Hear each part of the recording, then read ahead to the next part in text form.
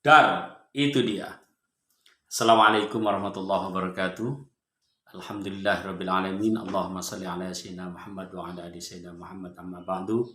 Sahabat Ruqyah dan sahabat Ras Official yang dirahmati Allah, jumpa lagi dengan saya Rahman Arif Supriyanto, tentunya di channel Sahabat Ruqyah, channel Ras Official, channel yang berisi tentang Ruqyah dan sharing-sharing tentang Ruqyah. Ada juga penanganan yang sempat kami ambil videonya. Sahabat Ruqyah dan sahabat Ras Official yang dirahmati Allah, saya kesempatan ngambil konten lagi ini untuk membahas yang kelanjutan pada pertemuan yang terdahulu, masih di topik tentang bagaimana manusia itu, bangsa jin bisa diikuti manusia atau dimasuki oleh bangsa jin manusianya itu. Tolong disimak supaya tidak terputus. Insya Allah dari yang satu kedua sudah saya sampaikan, sekarang yang ketiga. Yang ketiga, golongan siapa saja, orang yang seperti apa, dan apa sebabnya jin itu bisa masuk mengikuti kita. Disimak konten ini, insya Allah mudah-mudahan ada manfaatnya.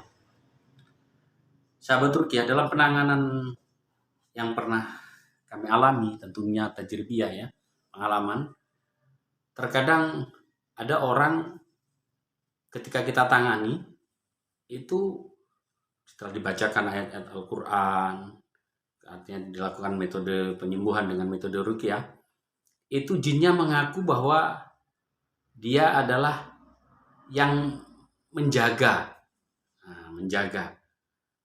Jadi boleh dibilang khodam atau bahasa Jawa ini perewangan begitu ya.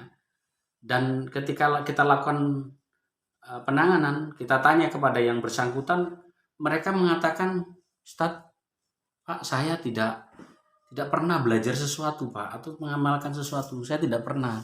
Artinya dalam artian tidak pernah melakukan kontak hal-hal dengan dunia jin. Tapi kenapa kok dalam tubuh saya itu kok kejadiannya seperti ini? Nah, inilah sahabat Ruqyah yang dirahmati Allah. Kejadian seperti ini terkadang tanpa kita sadari, ini bisa menimpa pada anak remaja. Kasihan juga terkadang yang jadi korban itu anak kita. Kemudian bisa terjadi pada anak remaja, dewasa, ataupun orang tua. Nah, ini terjadi pada jin nasab. Kadang-kadang para praktisi mengatakan ini jin nasab. Jin nasab itu jin yang keturunan. Dari kata nasab itu keturunan. Artinya begini, kita tidak pernah tahu apakah orang tua kita, keluarga kita, kakek kita, atau moyang-moyang kita terdahulu itu ada yang melakukan perjanjian atau persekutuan dengan bangsa jin dengan perjanjian yang tidak diridhoi oleh Allah. Tapi ingat sahabat Ruqyah, bila itu terjadi pada diri kita atau keluarga kita, terlebih dahulu jangan suudzon kepada orang tua kita atau kakek-kakek kita. Maksudnya seperti apa? Kita harus memahami situasi yang terjadi pada sekarang, 20 tahun lalu, 50 tahun lalu, atau mungkin 100 tahun yang lalu, atau 60 tahun yang lalu. Tentu kebutuhannya berbeda-beda. Ketika masa penjajahan, atau orang melakukan ritual-ritual perjanjian dengan bangsa jin, yang tanpa dia sadari, melakukan perjanjian yang tugas dari perjanjian bangsa jin itu adalah melakukan penjagaan. Nah, rata-rata dari pengakuan itu yang kita tangani, kebanyakan ya, tentu kasusnya berbeda-beda, kebanyakan mereka mengaku sebagai penjaga dengan bahasa bahwa sudah melakukan perjanjian dengan kakeknya, dengan leluhurnya, dan tidak ada urusan dengan yang bersangkutan. Yang melakukan perjanjian bukan dia, tetapi kakek-kakeknya. Nah, hal seperti ini mungkin saja banyak faktor yang mengakibatkan kok ngono ya, kok seperti itu. Sahabat Ruqyah yang dirahmati Allah, jin nasab atau jin keturunan ini biasanya melakukan penjagaan kepada anak keturunannya. Kakek-kakek yang terdahulu melakukan perjanjian, sementara yang melakukan perjanjian sudah meninggal, maka tentu bangsa jin merasa masih punya hak dia untuk anak keturunannya karena belum diputus. Jadi itulah dia dengan bangsa jin yang umurnya ratusan tahun, beda dengan kita umurnya ya terbatas lah. Katakanlah standarnya umur Rasulullah 63-70 tahun itu sudah wafat atau mungkin ada lebih masih. Nah, kalau bangsa jin itu umurnya ratusan tahun, dan bagi mereka bangsa jin semakin tua itu semakin apa ya, tua-tua keladi, semakin tua semakin jadi, biasanya seperti itu. Beda dengan kita, kalau semakin tua kita semakin tentu semakin lemah, tapi bagi bangsa jin itu lebih tua semakin hebat mereka. Mereka biasa melakukan semedi-semedi atau seperti apa itu, itu ritual mereka. Sahabat ruqyah yang dirahmati Allah. Terus bagaimana Ustadz? Apakah dengan jin nasab atau jin keturunan ini bisa disembuhkan? Insya Allah semuanya bisa ditangani, tentu dengan praktisi-praktisi yang lebih pengalaman, tapi dengan bacaan Quran. Terus seperti apa? Nah, ini sharing saja tentunya dengan pengalaman dan juga ilmu yang diperoleh, bahwa kalau untuk jin nasab ini apapun alasannya, perewangan ini, kalau bahasa Jawa ini perewangan ya. Perewangan, khodam, kemudian sing nunut-nunut yang ikut-ikut, kalau bahasa Balinya ini milu-milu. Nah, ya itu tentunya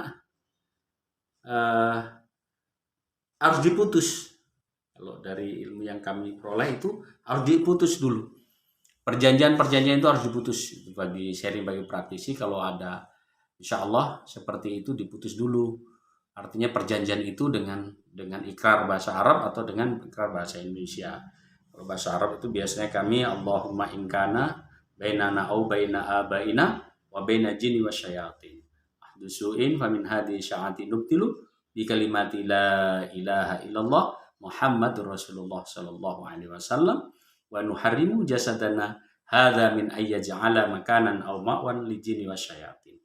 Ya Allah, jika ada dalam diri kami atau orang tua kami atau kakek kami yang terdahulu ada yang melakukan perbuatan yang melanggar, perbuatan yang bersekutu dengan bangsa jin, mulai saat ini kita putus dulu dengan kalimat la ilaha illallah Muhammadur Rasulullah sallallahu alaihi wasallam.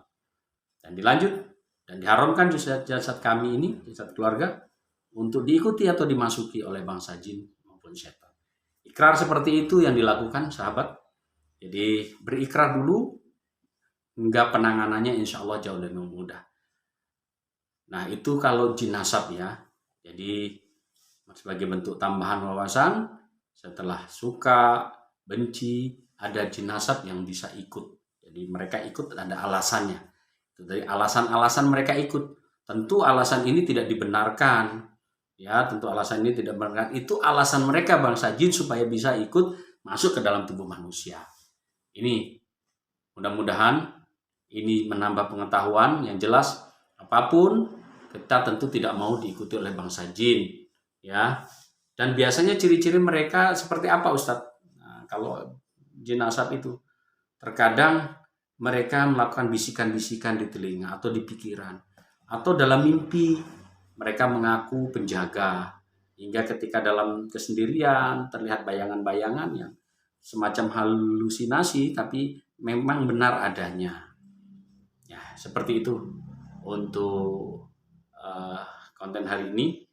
Mudah-mudahan tentang jin nasab atau jin keturunan yang kita bahas ini dapat menambah wawasan para sahabat ruqyah dan sahabat rasa official. Tentu ini juga sudah banyak dibahas ya.